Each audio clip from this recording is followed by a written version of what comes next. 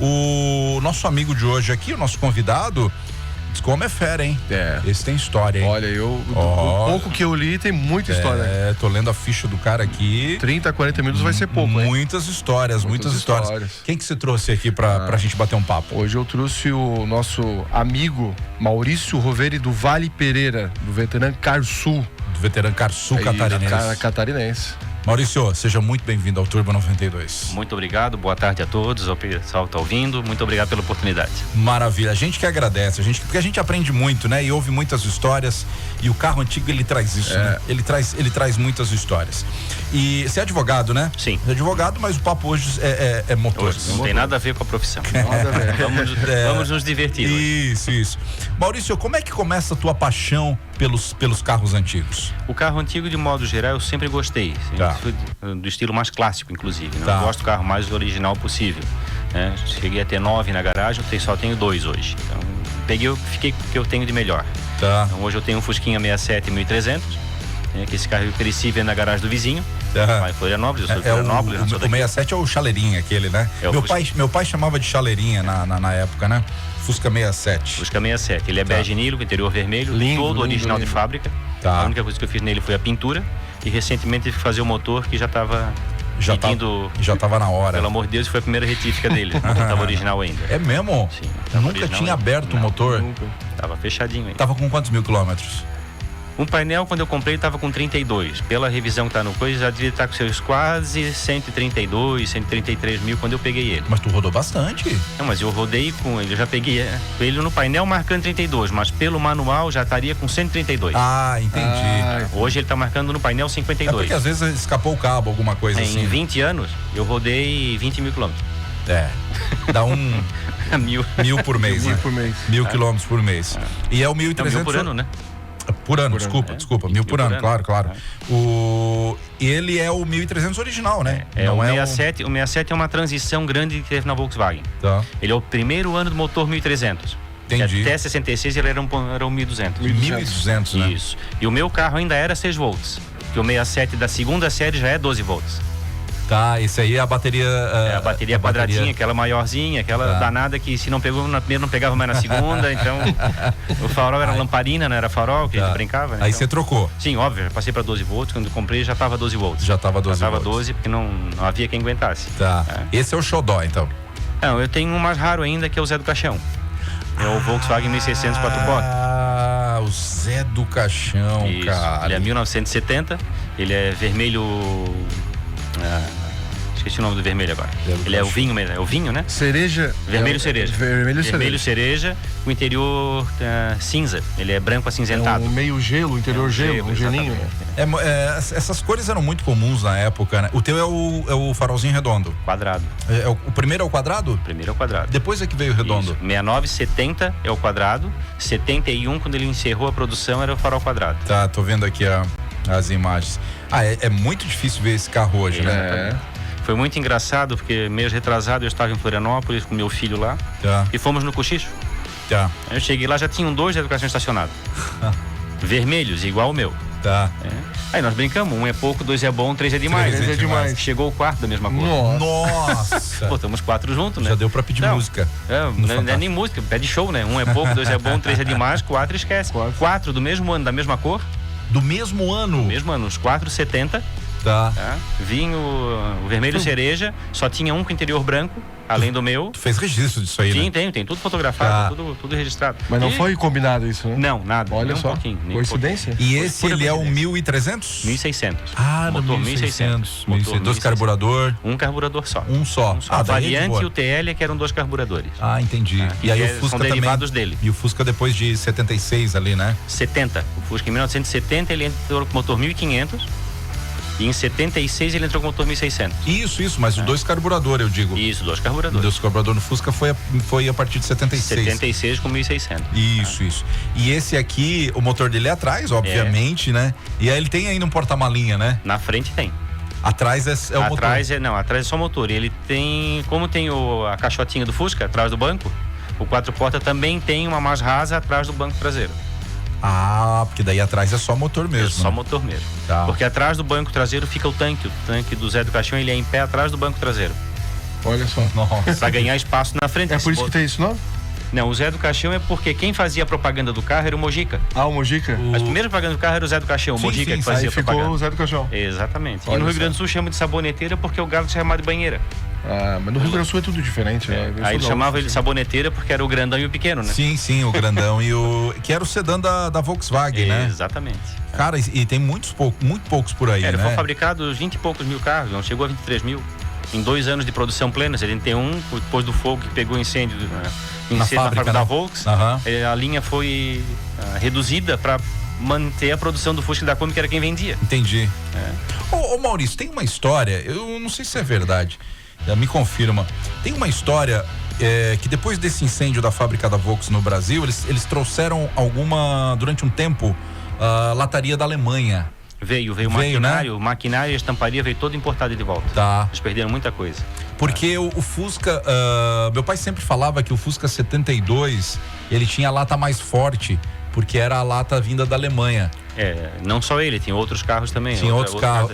Que a gente viu. Por exemplo, a linha Zé do Caixão, variante TL, é a linha Type 3 que existia na Alemanha já. Entendi. Então era uma derivação daquela carroceria. Entendi. E era para os países de segunda linha. Então eles trouxeram, depois esses carros vieram no Brasil de uma forma diferente. A projeção original do Type 3, o sedã era 2 portas. Tá. E no Brasil ele entrou com 4 portas. Porque eu tive um Fusca 72, o meu Fusca, cara, a pintura dele, claro, os paralamas não, mas a pintura dele do teto ali e tal era original ainda, cara. Sim. Claro, faz um tempo já, faz 20 anos que eu tive esse Fusca. Mas ele era, cara. O cara Ainda se acha alguma coisa original. Se acha ainda. De vez em quando a gente consegue desencavar alguma coisa. Já está bem mais raro, bem mais difícil, em função que já desde 86 não produz mais. Então, aquela época de Itamar já aproveitou muita coisa que existia de peça do carro ainda, se acabou muita coisa de peça com isso. O relançamento do Fusca ali em 94, 94, 95, 96, daí acabou desaparecendo muito estoque de peça. Entendi. Então, de vez em quando a gente tropeça em alguma pecinha original ou outra, mas hoje é tudo peça de segunda linha. Mas cada vez mais difícil, cada né? vez mais cada vez mais caro, né? Sim. Dá uma sinaleirinha no Fusca dele ali original. Não acha mais. Não acha, né? Não acha mais. Mas se achar é um 5K. Mais, cara. Não faço ideia, não tem no mercado, a gente não tem nem ideia de preço. Eu tenho um par de lanterna guardada, tenho um par de farol guardado, que não existe mais. Original? Original. É mesmo? Isso, o Fusca eu tenho comigo há 21 anos e o 4 portas há 22 anos comigo. Então, já está há muito tempo já. Então já sabe todas as manhas. A pintura do carro, eu fiz as 2 pinturas gerais, eu fiz no Maranello, na época existia o Maranello ainda, lá do Jorge. Fiz a pintura geral do carro, só pintura. Que deixa os carros estavam prontos, que não precisei mexer em tapeçaria, mexer em banco, mecânica, nada. Os carros eram 100%. Fez aquela pinturazinha de porta fechada que chama, né? Não, do Fusca o Fusca eu desmontei.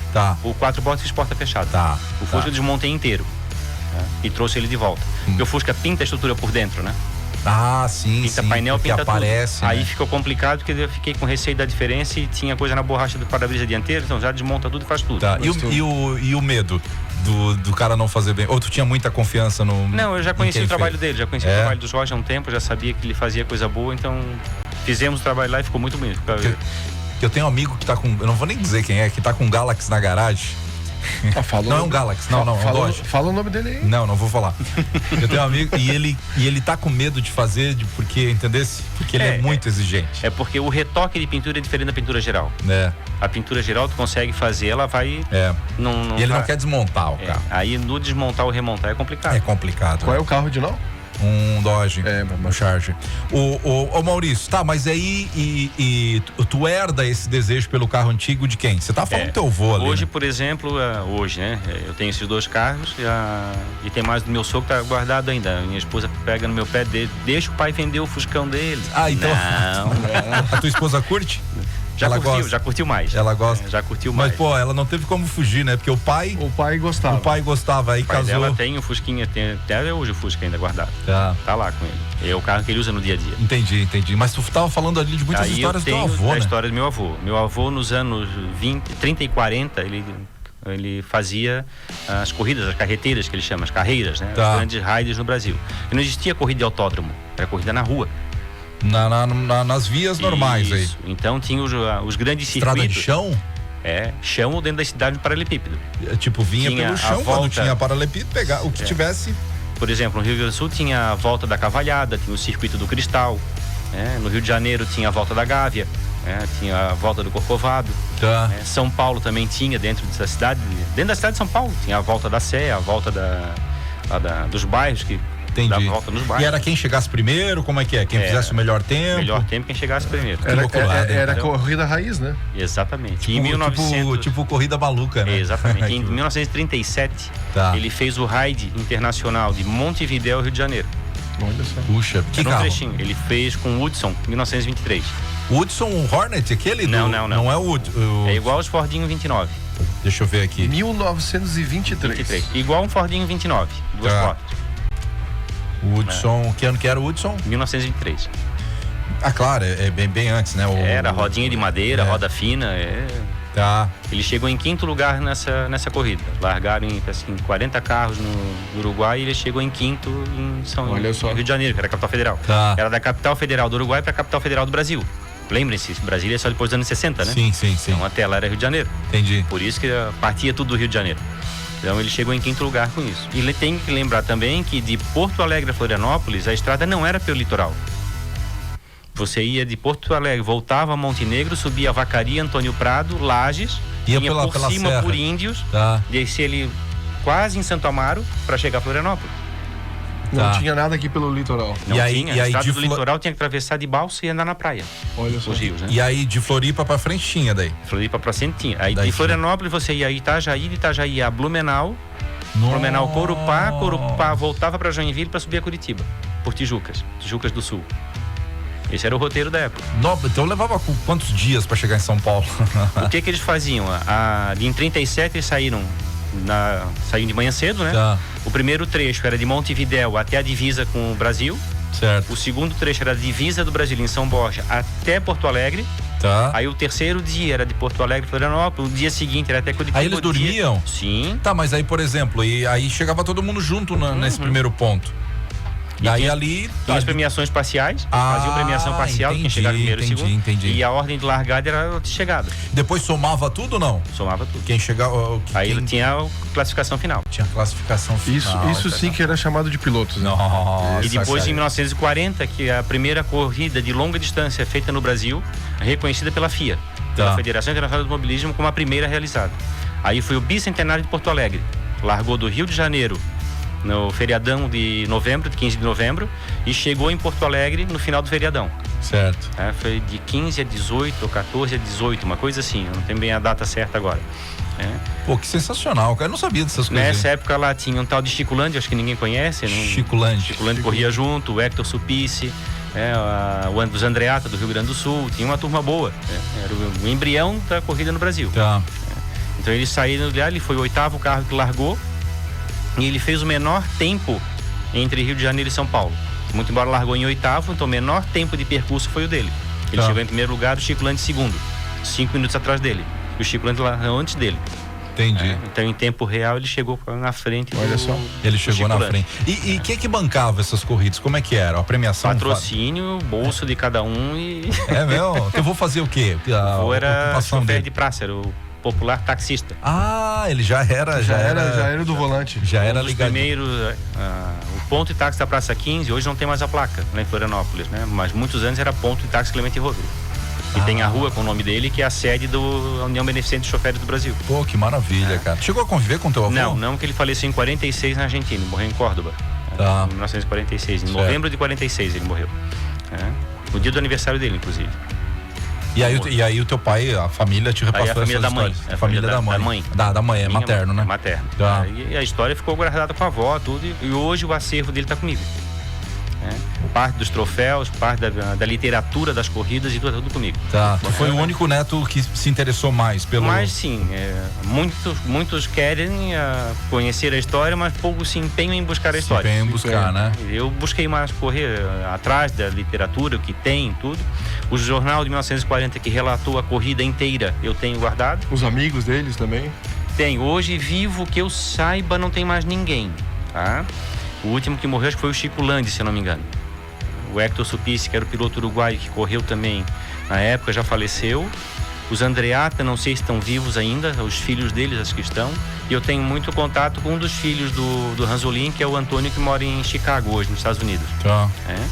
Ele se mudou para lá há muitos anos. E a gente troca muita informação. Eu tenho coisas que ele não tem, ele tem coisas que eu não tenho. Tá. Aí vai passando de um pro outro pro outro, vamos trocando histórias e fazendo. Tu reuniu na tua casa, tipo Hoje, entrando na minha casa, quando chega na minha casa, a primeira coisa que vem na estante são os troféus da corrida dele, tudo lá guardado. Está lá comigo. Sensacional. E hoje existe alguma coisa assim, alguma prova para carros antigos? Existe alguma coisa assim? Hoje no Brasil está se notabilizando dentro dos clubes de carros antigos, com apoio da federação, os ralis de regularidade para carro antigo. Santa Catarina já teve 2, eu fiz um deles. Nós chegamos, acho que foi o primeiro ou segundo lugar. Fez com o quê? Fez com 4 portas. Fez com 4 portas. Isso. E no Rio Grande do Sul tem muito. Tem Nova Petrópolis, por exemplo, é o único rally monomarca do Brasil. Só anda linha Volkswagen. Só motor boxer. O Air Cooler, né? Só boxer. O Rio Grande do Sul tem muita tradição em carro Em antigo. Nova Petrópolis tem o Volkswagen Nova Petrópolis, já está acho que no 20º já, se eu não me engano. Eu participo desde o 18º. Já quebramos, já não chegamos, já se perdemos e já ganhamos. Já ganhasse? Já ganhamos também. O meu parceiro é o meu compadre. Mas aí é velocidade mesmo? Não, é regularidade. Regularidade. Tem que preencher um trecho a 30 km por hora, tem que fazer o trecho a 38 km por hora, tem que fazer um trecho a 41 km por hora. E tem que achar o 41 e 38 velocímetro do carro. Tem que dar certo. Tem que achar, te vira. Que legal, cara. A velocidade nunca é 0, eles sempre nem 0 nem 5, eles botam entre o meio e vamos achar. O caminho é esse aqui, tem que passar no tempo tal na frente da rádio 92. Entendi. Aí se tu passar muito depois ou muito antes, ou tô acelerando demais, tô acelerando de menos, tem que Olha só. ir compensando e fazendo. Entendi. É legal porque daí não força o carro, né? Sim, bem tranquilo. Não, correria não tem. Tem a Fórmula Fusca ainda em São Paulo. Mas daí é motor speed. Daí é mexido, né? É tudo mexido, não é carro original. Sim. Praticamente é só carroceria em cima. Alguns talvez até fibra, ou não pode ser, tem que ser Fusca mesmo. Acho que é fibra, mesmo. se eu não me engano. Fibra, né? A estrutura básica dele é aço, mas o resto é fibra. Vai ficando muito difícil de encontrar também, não acha né? mais. É difícil de achar peça boa. Aí é outro carro, né? É outro carro só com a aparência do... Exatamente. É igual a Fórmula Truck, né? É a mesma coisa que a... Não é mais nem um caminhão. Não é nem a Fórmula Truck, Stock Car? A Stock Car no Brasil. Começou com Opala, hoje não tem mais nada de Chevrolet embaixo. Chegou a ter Ômega e tal, mas não tem... Não tem nem mais Ômega nem Opala embaixo, é tudo mexido. Exatamente. É tudo preparado, carroceria, em venda, é tudo igual, só muda o emblema do carro da frente, né? Isso. Só um bólido ali de fibra e sei lá o que. Que não tem muito o que fazer. E essas corridas lá naquela época se notabilizou por isso. Então, ele quando chegou em Porto Alegre, que ele fez o campeonato, vinha de Florianópolis a Porto Alegre, vinha ele e esse Hector Suplicy, um colado no outro. Certo. Na passagem de Lages para Vacaria, o Suplicy explodiu o motor, ele fundiu. E o vô chegou em Porto Alegre com 1h30 de vantagem no segundo colocado. O pessoal estava chegando em média com 10 minutos, ele botou 1h30 de vantagem. E essa corrida de 1940, ela foi do primeiro dia ao último dia com chuva. Todos os jornais de época que eu tenho acesso, todos eles relatam que a corrida inteira foi na chuva. E não tinha que parar, é porque as rodas de madeira, tu tem que reapertar elas, né? Isso era o carro antigo lá em... O primeiro, né? O primeiro, sim. Daí, como ele fez a corrida, não me pergunta. Ele chegou em quinto lugar. E aí comia no carro? Como é que é, cara? Não faço ideia como é que eles faziam. Porque não tinha nem lugar pra parar, né, cara? A foto dele da chegada em Porto Alegre, ele andava sempre de branco. A roupa estava escurecida. Entendi. E a corrida, por exemplo, o Ranzolin comprou um carro 0. Ele tinha quantos anos mais ou menos nessa época aí? Ele morreu com 32 ou 33 anos. Morreu muito jovem. Novo. Casou novo, construiu família nova e morreu novo também. Então, o que aconteceu? O Ranzolin, por exemplo, ele foi lá e comprou na agência da Ford em Blumenau, que só tinha Blumenau a agência da Ford. Ele foi lá e comprou um Ford Coupé 2 portas 0 para correr. O pessoal tinha, era calçado também, né? Quem corria tinha. Mas a família Ranzolin no Rio Grande do Sul é muito conhecida. Sim. Né? Família Ranzolin.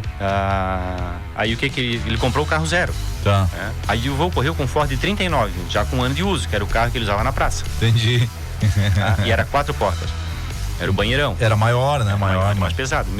E mesmo assim ganhou a corrida. Era bom. Já estava amaciado. Aí o que ele fez? Do Rio até Florianópolis, ele veio o carro montado, não desmontou nada do carro. Em Florianópolis ele pelou o carro. Aí transformou em carreteira, tirou os paralamas dianteiros, tirou os estribos, tirou para-choque, tirou farol. Adicionou leveza. Tirou banco. traseiro deixou o carro mais leve. Tá. Ou seja, tem chance de ganhar? Sim. Se tem chance de ganhar, vamos... E era o pior trecho. Que é subindo morro a vida inteira, né? Só vai descer lá de Vacaria. Certo. E mesmo assim tem um sobe e desce ainda. Daqui a lá já era só subida de morro.